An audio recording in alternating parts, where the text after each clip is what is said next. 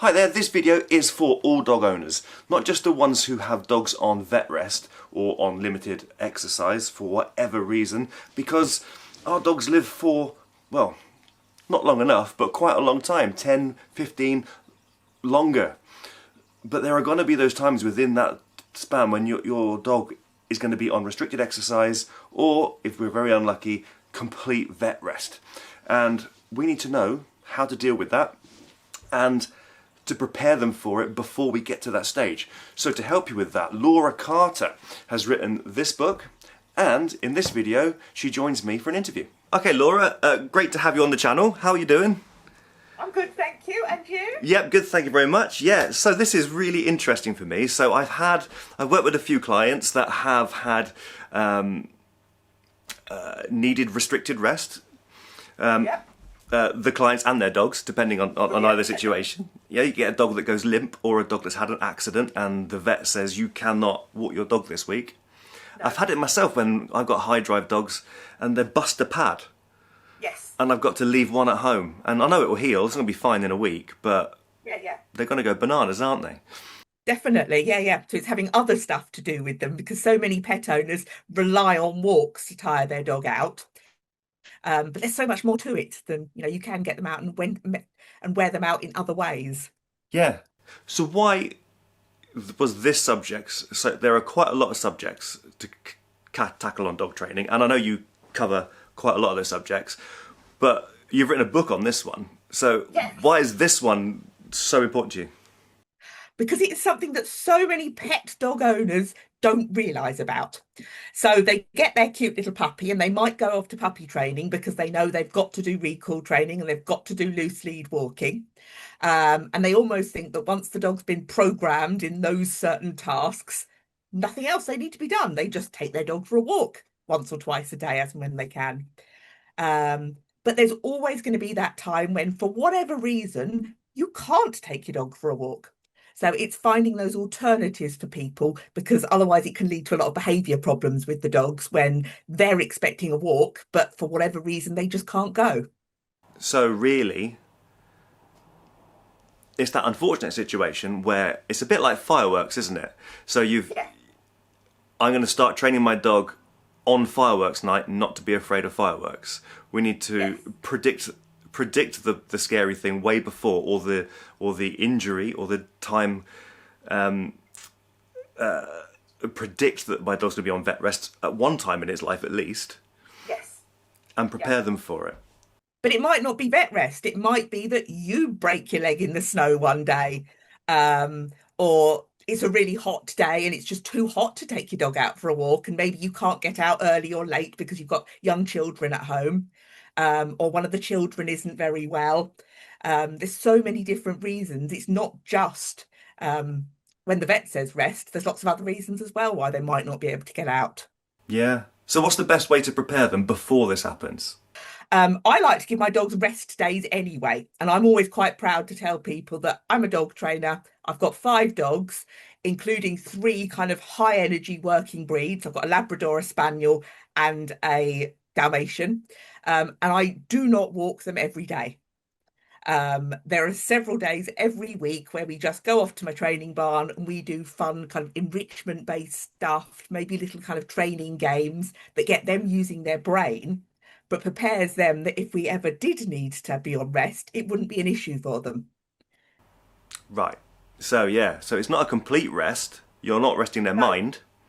No, you're giving them lots to do. And that's the thing, is a lot of people assume that if they can't walk their dog, they just leave them on the sofa all day. Yeah. But that's when it then leads into behavioural problems because the dog is just not doing anything. So it's having these games and activities that can be adapted for whatever your dog's physical needs are and yours. I've got different games and activities that we do with the owner sitting on a chair. And I had one lady recently who had hip replacement. And again, she's one of my temp work clients. So she wasn't able to walk her dog, but her dogs were all young and expecting to do something. But there were lots of stuff that she could do while sitting on the sofa, resting her hip, but keeping those dogs mentally enriched at the same time. Right. So for those dogs that really rely on routine, that it seems to be the routine that's keeping them together. What was your best advice for that? I always try and mix it up as much as possible. So it all comes back to COVID for me. And I had one lady who had whippets, and she was one of my training clients at the time. And she phoned me up. She had COVID. And I think it was during lockdown when we couldn't go out. And she was having a nightmare with her dogs because she said, although one of her dogs was a little bit older, she'd never ever not walked them at 8 o'clock in the morning. But she was really unwell and just couldn't get out with the dogs. So she was having so many problems with them because they were expecting it. So it's just kind of preparing your dog that although some dogs love routine and it's great, but when it can't stick to it because life gets in the way, you've just got to be prepared for it. Yeah, it's like so many things that our dogs have to deal with in a human Yes, world. We have to having definitely. practice having your routine broken. Yeah. So when it Yeah. happens, you won't fall apart. No, no. And I've got an autistic daughter, and that's something she struggles with as well. So I'm Right, very aware of yeah. it from that point of view as well. But I think generally it's getting your dog thinking. So I've got a working cocker spaniel. He'd had 4 homes before he came to me, and he did bite and put his last owner in hospital. So he's got lots of problems.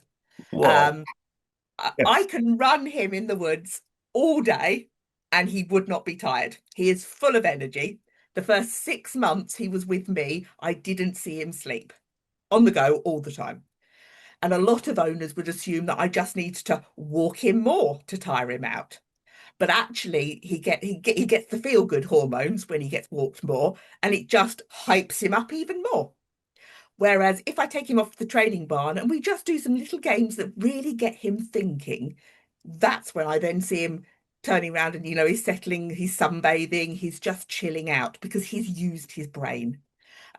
He's like a bit, like an athlete. You can't tire an athlete out with exercise alone. It's using that brain. Absolutely. And what's the best type of exercise you would use for mental enrichment? Let's say my dog has bust a pad this week. Yep. I can't take him or her out, whichever one it is. Restricted exercise. What should I do with him? It all depends on, how much is he restricted. Yeah. So one of my favorite games for dogs that can move around a bit. So obviously, if he was totally off his leg and you didn't want him moving, you wouldn't be doing this one. Yeah. Is a game where we have treats in each hand. And the idea is the dog takes one treat from your left hand, one from your right hand, and backwards and forwards. Once they've got the idea of this, we then add in an object. So they've then got to take a treat from your left hand, go round the object, and then get the treat from the right hand.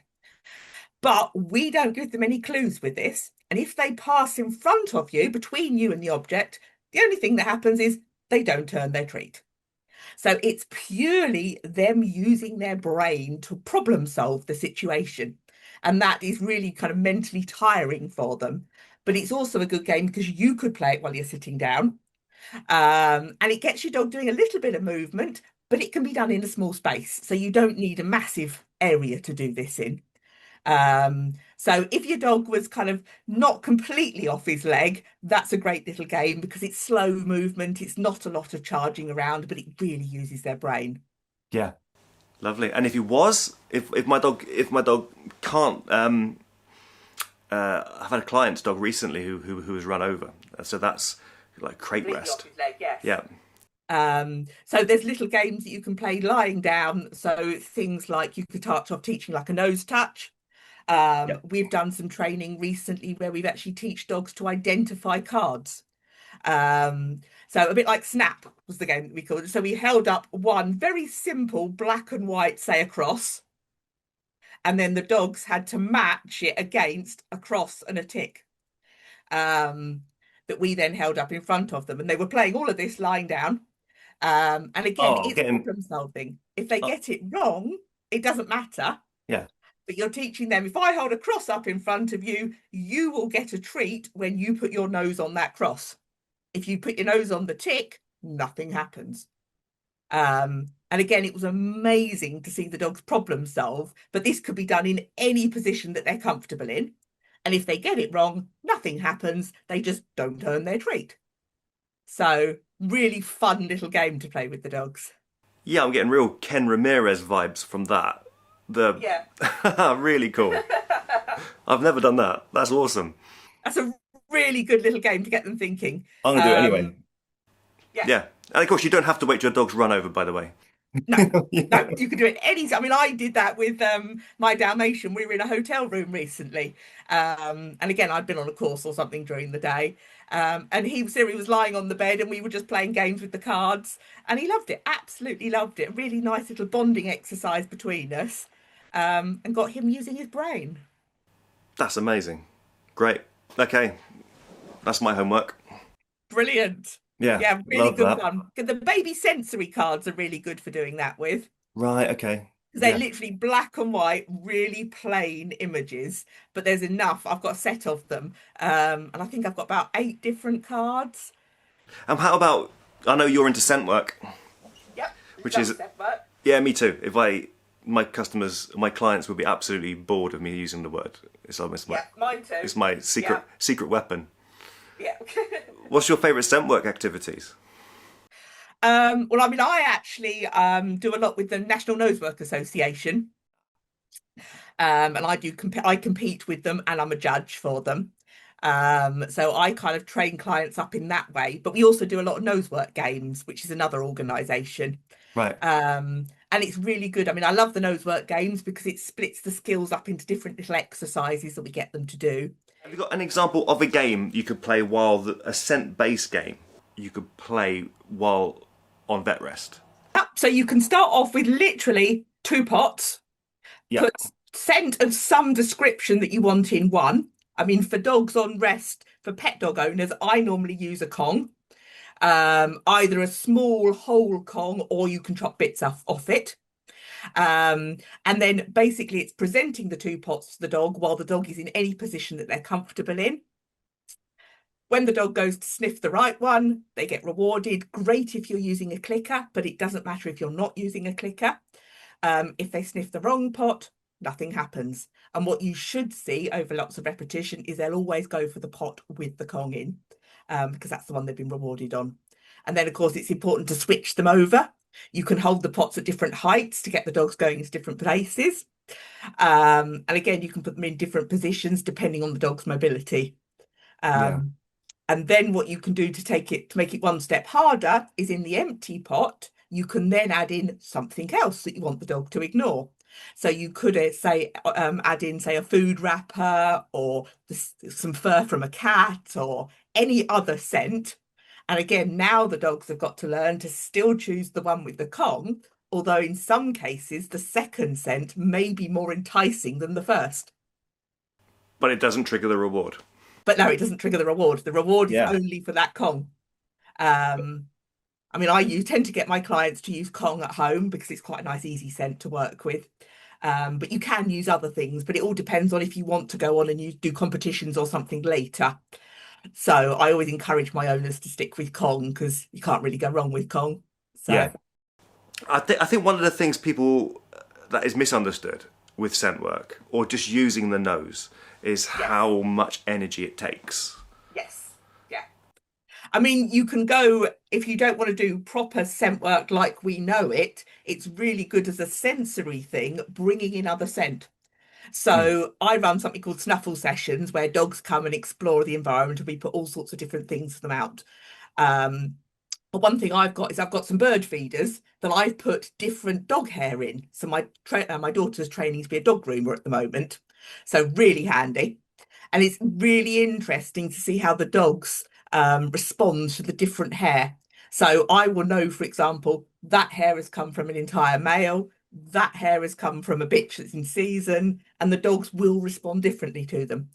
Um, Isn't really it? interesting. Yeah, really If you interesting. have got a dog on complete rest, you can say, if your neighbour's got a cat, can they rub a blanket on their cat and then you bring it into your dog to explore? Yeah, Um, brilliant. I mean, my dogs absolutely love a trip to a charity shop because, of course, you've got so many different scent from everybody that's donated stuff into there. Um, Great for a wet day. Take them around the local charity shops. Normally, the little old ladies in there love giving them biscuits. Um, And I'll say it's a great sensory activity for the dogs. That's a great idea. Yeah, there's so many of them now. Yeah, you can have a whole day out in charity shops. You can, Yeah, yes. yeah. Okay, right, another one on my list. Great. So, if people want more tips to get, this is a huge book plugging opportunity coming right now. Where on earth would they get these kind of tips about Well, I've written a get book. out of town? So I originally wrote the book because there just wasn't the resources out there. Yeah. So I had a client who had a bull mastiff, who had needed a plate put in her leg. So she had a number of operations over a period of about a year. And her owners was really struggling because she was a young dog at the time. And they were like, well, what can we do with her? We can't walk her. So there was no resources for me to give her. So I created my own. And the book talks about right from the beginning, which is preparing your dog pre-op if you got that opportunity. Not everybody has. Sometimes they've got to have an emergency operation. But then it gives you lots of games and ideas to do with your dog after the operation. But the other thing it really considers is the fact that the owner is going to be affected by the whole situation. Because often we think about the dog, but we don't think about the emotional side of it for us as well, caring for that dog on restricted exercise. It can really take it out of you. I know with my own dogs when they haven't been very well. So, but yeah, there's a lot in there of lots of ideas of preparing equipment. So one thing I always say, if you've got a big dog, always get them used to a ramp right from as early as you possibly can. Because that was something I say with this bull mastiff in particular. Her owner found, how am I going to get her home from the vets when she's a bit wobbly after her anaesthetic? Her leg's going to hurt because she's just had an operation. She couldn't lift her in the car.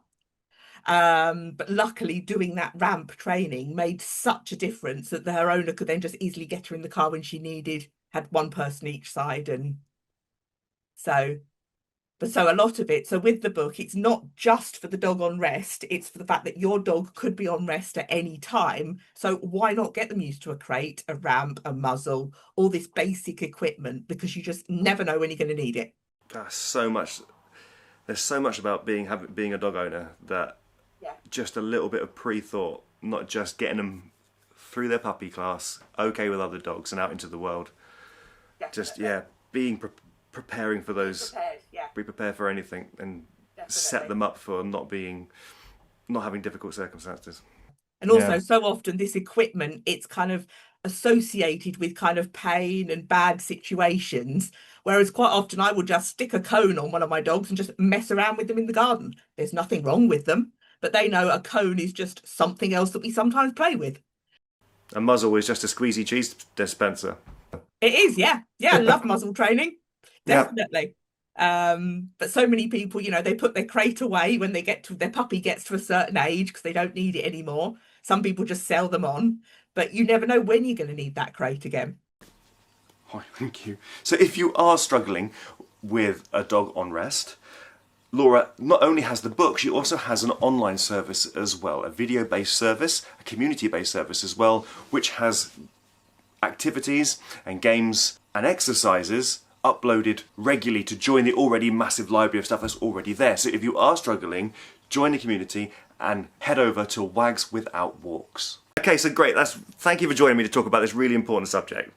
As you've provided quite a lot of resource out there for this, so I'll put in the description where we can get the book, where people can get access from Wags Without Walks, and where else can they get in touch with you? I've got my website, lauracartercanines.com, and you can find out a bit more information about me on there, as well as different ways of getting in contact, or I'm on Facebook or Instagram. Well, I probably should also mention I have a podcast as well that comes out every Friday. When do you have time to train dogs? I'm not quite sure. Great. Well, thanks for joining me. Good luck with everything, and hope to see you soon. Lovely. Thank you very much.